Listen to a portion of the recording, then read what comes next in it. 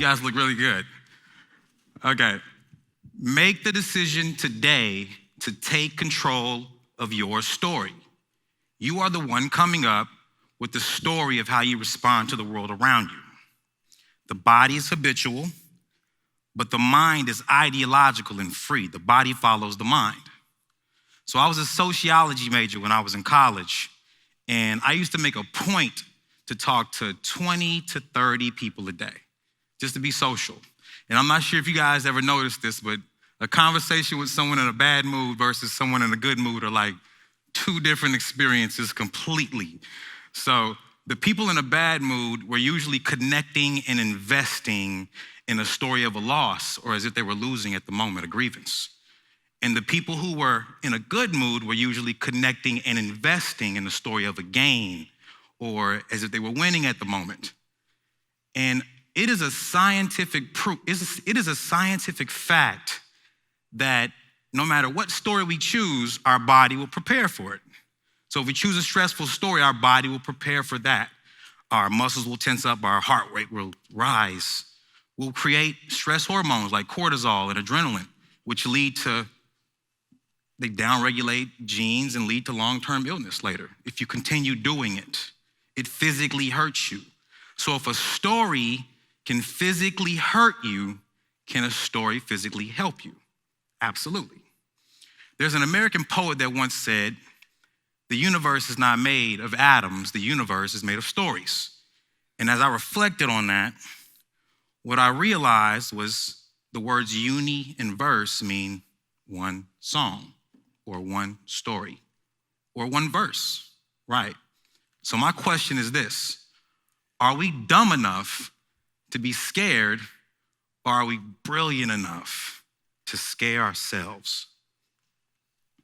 Let's say you watched a movie that was based on a true story, and it was about a person that looked exactly like you.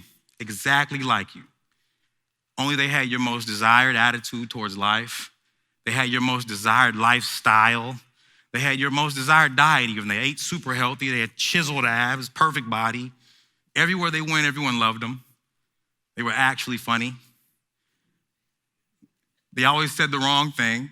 The right thing, sorry. They always said the right thing because they were very thoughtful about the way they spoke to people.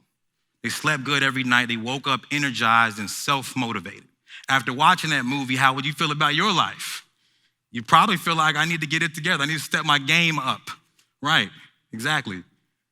But take that same actor or actress and put them in a movie about slavery, right? Or someone in an unfortunate situation that you had to watch suffer morning, noon, and night. And their family got killed. They got brutalized their whole life. They worked in the hot sun every day with no water. They slept in a shed with no AC, no fan. And after watching this movie, you get up in your house with the AC on and the fan blowing and walk into the kitchen on your own recognizance and get a cup of water. How do you feel about your life at this moment? You feel like, I should appreciate my life, right? But these are two different stories, and they both make you feel two different ways about your life. Funny thing is, nothing actually changed about your life in between indulging in these stories. But what did change was your mentality, because you are the one writing the story about your life. Story is the basis of human existence. Everything we can imagine or see has a name because these are the names we've given it to tell the story about the way it relates to us or the way we would like it to. We've given stories and names to things before we even figured out what they were. The same way we do situations, the same way we do other people, and the same way we do ourselves sometimes. It's always our choice. It's our choice to be a victim. It's our choice to be a victor. It's our choice you have to choose to be a champion. Champions don't win every game. Champions just don't quit after they lose. They're back in the gym the next day, coming up with a story about how they're going to win the next game. No one can ridicule your plight if you are the one in control of why you fight. Nobody can make fun of your shoes if you're the one coming up with the story about why you have them on. When I think a worrisome story, I must speak a conquering story right after.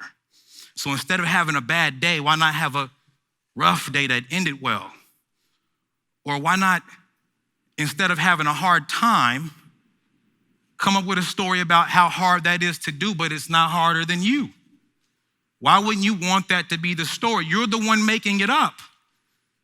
When I was a kid, I had a speech impediment that was so bad, even my speech pathologist used to say, this guy may never find his pathology. He might as well stutter slow for the rest of his life. But that wasn't the story I came up with. And I stand before you right now with one of the hardest jobs in speech today. I'm a professional rapper. With a #1 album, though. You guys can clap at that if you want.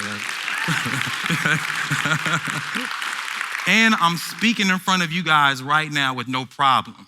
Choose to be victorious. Choose to be a champion. Choose bliss. You can do it. You can do it, I promise. Peace and love.